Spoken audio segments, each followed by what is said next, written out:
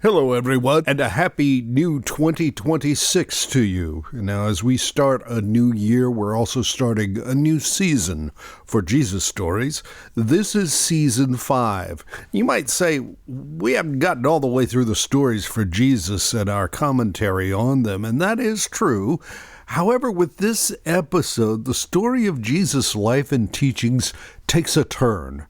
Jesus' words become more pointed, more emphatic, and the response to them becomes more belligerent, to the point of executing him on a cross.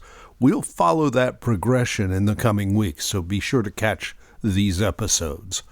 Today, Jesus heals a man born blind, or if you prefer, visually impaired.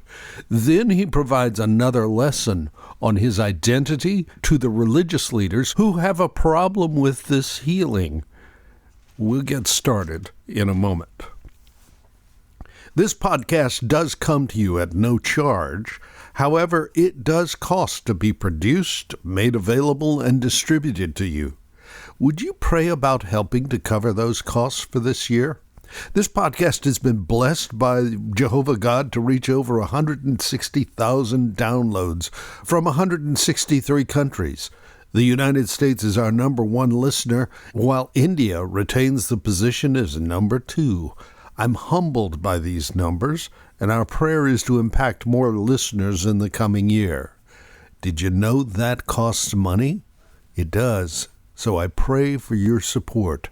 Find out how to help us by visiting our website, jesusstories.info. Tap or click on the Support This Podcast item in the menu and find out how to help us with a direct donation or by purchasing some Jesus Stories merchandise. We even offer professional-grade photographs to help decorate your home or office. Or you can help our service members with a care package created through herocarepackages.com. However you choose to help us out, thank you. We appreciate it. And I want to encourage you to subscribe to Jesus Stories, no matter how or where you listen. Then let the world know, and us as well, that you are a regular listener. Contact us through our website, jesusstories.info, then click or tap on the Talk to Us item in the menu. If you listen on Apple or Spotify, you can use their comment section to get to me. Thank you for talking to me. Tell me the story of Jesus. Write on my heart every word. Tell me the story most precious, sweetest that ever was heard. Since it's been a month since we were in the story of Jesus at the Feast of Tabernacles, well, we need to go back and review. We left Jesus as he left the Feast of Tabernacles in our last episode. Jesus had taught during that festival on his identity and his authority. He proclaimed that he was living water. Anyone who believed in him could come and drink. He also proclaimed that he was the light of the world. Anyone who followed him would not walk in darkness, but in a light that led to life. While these statements were outlandish to the religious leaders, the common people heard and believed. The religious leaders, however, get very upset, and he confronted them in their unbelief with his identity as the Son of God. They were upset enough to stone him, but Jesus slips away. As he and his disciples are walking along, they spot a blind man, whom John tells us was born blind. "Rabbi, why was this man born blind? Was it because of his own sins or his parents' sins?" These questions reflected a common belief of the day. Sickness or deformity was a direct result of sin. Their question was really, who sinned? Such a question to this rabbi ignored the bigger issue that was at hand. If in this society you were blind, there were no schools which he could attend. There was no accommodation for his disability. There was only a lifetime of begging and poverty. And no access to the temple. So this poor man would have been in need of anything except a theological discussion about the origin of his condition. The disciples see a discussion. Jesus sees the man and his need. Jesus responds to their question. You're asking the wrong question, he says. You're looking for someone to blame. There is no such cause-effect here. Look instead for what God can do. We need to be energetically at work for the one who sent me here, working while the sun shines. When night falls, the workday is over. For as long as I am in the world, there is plenty of light. I am the world's light. In other words, there's an opportunity here to glorify God. But we need to be at work meeting that opportunity while we can. With that, Jesus spit on the ground, making some mud with his saliva. He spread the mud over the man's eyes and told him to go wash in the pool of Siloam. The name of the pool means sent. The man does as he was told, and his sight was restored. Now, the Bible doesn't tell us of the man's reaction, but now seeing, I can imagine him walking around looking at everything that he couldn't see before. Perhaps he came to people whose voices he recognized, like his family, to see their faces and to tell them the news. The next thing we are told is that his neighbors and those who knew him questioned whether or not this was really the man. Some think that he is the one, others doubt. No, he just looks like him. The man who is a beggar kept telling people that it was indeed him. He used to be blind, and now he can see. His neighbors asked, "Who healed you? What happened?" The man tells them of his encounter with Jesus. The man they call Jesus made mud and spread it over my eyes and told me, "Go to the pool of Siloam and wash yourself." So I went and washed, and now I can see. Well, where is this man now? The man replies, "I don't know." So he is taken to the Pharisees, one of the groups of religious leaders. Now, this is entirely appropriate and within the commands of the Jewish law. This man would now be able to be included in society and in the fellowship of the temple. The Pharisees had to know to authorize this change in the man's status. But this miracle had taken place on the Sabbath. If you listen to this podcast's prior episodes, you know that the Sabbath was a day on which no one was supposed to work. And what Jesus did, making mud and applying it to the man's eyes, would have been considered work. In the eyes of the religious leaders, he was violating the Sabbath. But Jesus didn't violate the Sabbath. He violated the traditions which had grown up around the Sabbath. But to the Pharisees, that won't matter. The Pharisees interview the man who told him, "He put mud over my eyes, and when I washed it away, I could see." This divides the Pharisees. Some say, "This man, Jesus, is not from God, for he's working on the Sabbath." Others say, "But how could an ordinary sinner do such miraculous signs?" So the Pharisees question the man again. "What do you think about this Jesus?" The man says he thinks Jesus is a prophet. But that doesn't satisfy the leaders. They don't believe the man. So they call in his parents. "Is this your son? Was he born blind? If so, how can he see?" Now, the parents are afraid of these leaders. If they answer wrong, they can be thrown out of the synagogue, and if that happens, they are literally just totally cut off from society. "Yes," they answer, "that is our son, and yes, he was born blind, but as to how he came to see, go ask him. He's old enough to respond to you." And again, the Pharisees call in the man for another interview. "God should get the glory for this, because we know this man Jesus is a sinner." In other words, don't give any credit to this man Jesus. We think he's a sinner. Give credit to God. This was a form of swearing someone in for testimony before this council. The man responds, "I don't know whether he's a sinner, but I know this. I was blind, and now I can see." The Pharisees are obviously very frustrated, and they ask again, how? What did Jesus do? Look, the man exclaimed. He's probably a little frustrated too. Listen to his response. I've told you. Didn't you listen? Why do you want to hear it again? Do you want to become his disciples too? The Pharisees cursed the man. You are his disciple, but we are disciples of Moses. We know God spoke to Moses, but we don't even know where this man comes from. Why, that's very strange, the man replied. He healed my eyes, and yet you don't know where he comes from? We know that God doesn't listen to sinners, but he's ready to hear those who worship him and do his will. Ever since the world began, no one has been able to open the eyes of someone born blind. If this man were not from God, he could not have done it. That's rather irrefutable logic, isn't it? The Pharisees know it, so they throw insults at the man. You're born a total sinner, and you're trying to teach us? Then they threw him out of the synagogue. Remember what I told you about being thrown out of the synagogue? He'd be ostracized from all society because of this action. Well, they haven't helped the man's position at all.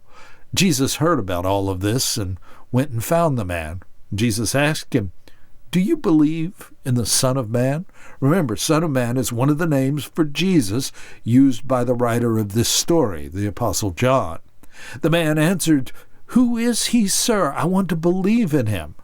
You have seen him, Jesus said, and he is speaking to you. Jesus is saying, just listen to my voice. Yes, Lord, I believe, the man says, and he worshipped Jesus. The Pharisees, they're standing nearby, watching and listening. So Jesus speaks a short sermon just for them. I came into the world to bring everything into the clear light of day, making all the directions clear, so that those who have never seen will see, and those who have made a great pretense of seeing will be exposed as blind. In other words, Jesus says, I'm here to shed light, to judge. I help the blind to see, and I show those who think they are seeing that they are really blind. The Pharisees heard this. Are you saying we're blind? They asked. Jesus turns his blind analogy around. If you were blind, you wouldn't be guilty. But you are guilty because you claim that you are not blind. You claim you can see. At this point, Jesus changes his analogy to continue his teaching. Let me just read his words, and then I'll talk about them. I tell you the truth. Anyone who sneaks over the wall of a sheepfold, rather than going through the gate, must surely be a thief and a robber. But the one who enters through the gate is the shepherd of the sheep. The gatekeeper opens the gate for him, and the sheep recognize his voice and come to him. He calls his own sheep by name and leads them out. After he has gathered his own flock, he walks ahead of them, and they follow him because they know his voice. They won't follow a stranger. They will run from him because they don't know his voice. Jesus has switched to a very familiar analogy to his hearers of this time. The Jewish people knew shepherds and sheep. Furthermore, this analogy is used all through the Old Testament. Remember the opening to the 23rd Psalm? The Lord is my shepherd. So this image is clear to his hearers. Now, let me see if I can make it clear to folks like me who are 21st century city dwellers. First, think of a pen made of stone walls. Anyone who tries to go over the wall to the sheep would be a thief, someone who wants to rob a lamb or two. The shepherd, the one who cares for the sheep, comes into the pen via a gate. Another shepherd, who is appointed to be the gatekeeper, opens the gate. Now, in this pen, there would be sheep belonging to multiple flocks. To me, these sheep look all alike, so how would I tell them apart? There's not a need for that. The sheep hear the voice of the shepherd who is responsible for them and automatically follow him. So, if he calls them out of the pen, only those sheep belonging to that shepherd would follow him. They don't follow anyone who's a stranger, whose voice they don't know. While this analogy would have been familiar to Jesus' listeners, they still didn't understand what he was trying to tell them. So he gets a little more to the point.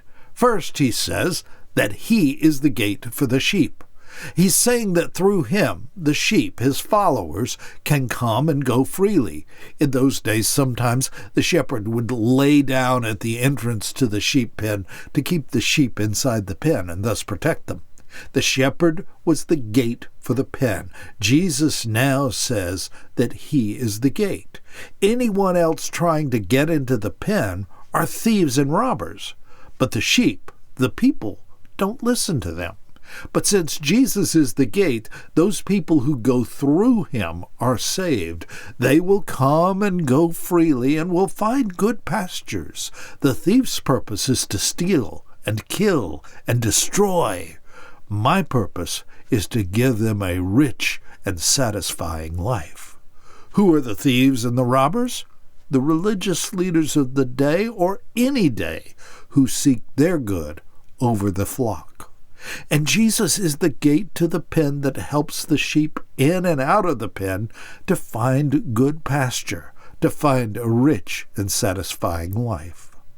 But Jesus goes beyond this analogy. He says, I am the good shepherd. The good shepherd sacrifices his life for the sheep. Then he makes a comparison between the shepherd who owns the sheep and the shepherd who has been hired to take care of the sheep. The hired hand will run when he sees danger, like a wolf, so the wolf is free to come in and attack and scatter the flock. The hired hand does this because he's only working for money and doesn't care about the sheep. What Jesus is saying is that he is the shepherd who cares for the flock, who loves them enough to protect them. The hired hand, the religious leaders, are not the ones who really care for the flock. Jesus goes on, and again I'll quote his words. I am the good shepherd. I know my own sheep, and they know me, just as my Father knows me, and I know the Father. So I sacrifice my life for the sheep. I have other sheep, too, that are not in this sheepfold. I must bring them also. They will listen to my voice, and there will be one flock with one shepherd. Jesus, as the good shepherd, is willing to sacrifice himself, sacrifice his life for the sheep. The shepherd knows the sheep. The sheep knows the shepherd, just like Jesus knows Jehovah God, and Jehovah God knows him. Furthermore, Jesus says, there are other sheep not here that are his. In this, he's talking about non-Jewish peoples. The people will hear his voice. They will join the one flock under the one shepherd, Jesus. Jesus will now speak very directly. He says that Jehovah God loves him because of his willingness to sacrifice himself, to give up his life and then take it back again. And yes, you heard that right. Jesus has the capability to give up his life, to die voluntarily, but then resurrect himself. In fact, Jesus says, no one can take his life from him. I sacrifice it voluntarily, he says, for this is what the Father, Jehovah God, has commanded. And as Jesus spoke this, the audience was split in their opinion of him. Some said that he was demon-possessed. We've heard that one before. Out of his mind. He's crazy. Others think that he's not a demon-possessed man. After all, he healed this blind man. So we leave this crowd in a conundrum. Now, what about you? You might feel the same way. That's okay. Jesus has made several statements about his identity in this and a couple of prior episodes of Jesus Stories. I want to review those statements just for clarity. And I want you to hear what Jesus spoke about himself altogether. And remember that the testimony he speaks about himself is considered valid since there are two witnesses to these statements, Jesus himself and his Father, Jehovah God. Jesus starts with this statement: I am the bread of life. We heard this statement back in episode 21. If you remember, we said that his statement points out that Jesus has spiritual nourishment, like the bread we eat when we're physically hungry. To the first century Jewish person, this image went all the way back to their ancestors wandering in the wilderness after being freed from their Egyptian slavery. Jehovah God provided manna, a bread, if you will, for them to eat. If we come to Jesus, then we'll never be hungry again. So Jesus is the source for spiritual sustenance. His second statement was made in our last podcast. I am the light of the world, he says. If you follow me, you won't have to walk in darkness because you will have the light that leads to life. This statement is a direct equation with Jehovah God. To the Jewish world of the first century, light equaled Jehovah. And again, this connects with the ancestors' time in the desert. Jehovah God appears to them in a pillar of fire or light to show them the way. So Jesus is saying that now he is the light, showing the way for his followers. In today's podcast, Jesus says, I am the gate for the sheep. Yes, I am the gate. Those who come in through me will be saved. Remember, it was one shepherd's job to lie down at the gate to keep someone from coming in to steal the sheep. Jesus reminds us that he is the gate, protecting the sheep, that's us, by the way, and providing a way into the protection of the sheep pen. But like any way, he provides the way out to find pasture, life, rich and satisfying. Jesus also says, I am the good shepherd. Remember, Jesus contrasted the good shepherd against the shepherd for hire, the one who would die for the sheep versus the one who would run at the first sign of danger. As the good shepherd, he knows his sheep. His sheep know him. He's willing to die for his sheep. As we will see, he will do just that. As the good shepherd, Jesus also calls to sheep that are a part of his flock that are not yet brought into the sheepfold. In other words, Jesus is calling the ones who are not his followers to come and follow him. So, summarize.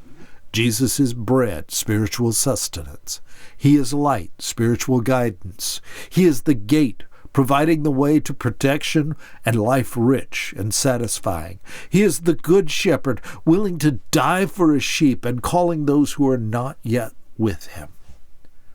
That's a lot to chew on, so we're going to stop right there. Jesus' stories are supported by you. Or are they? Have you prayed or considered helping us out? One of my favorite sponsors is HeroCarePackages.com.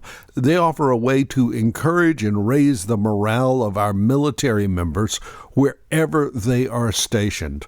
The signature Hero Care Package is assembled to boost morale and momentum.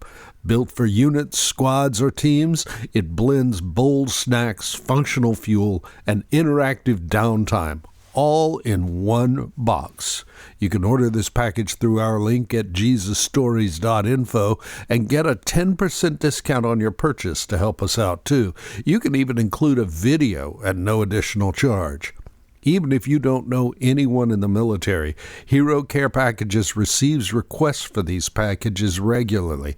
You can help fulfill that request with your donation. So how about supporting two causes at once? Hero Care Packages and Jesus Stories. Just use the link at jesusstories.info, click or tap on Support This Podcast, and get your discount. Next time, Jesus goes back to Capernaum. Even there, the opposition to his teaching grows. Plus, Jesus makes the determination that it is time to return to Jerusalem. We're in the last months of his teaching and his earthly life, but he continues to teach, to heal, and to send. Join us on that journey. Tell me the story of Jesus. Write on my heart every word. Tell me the story most precious, sweet.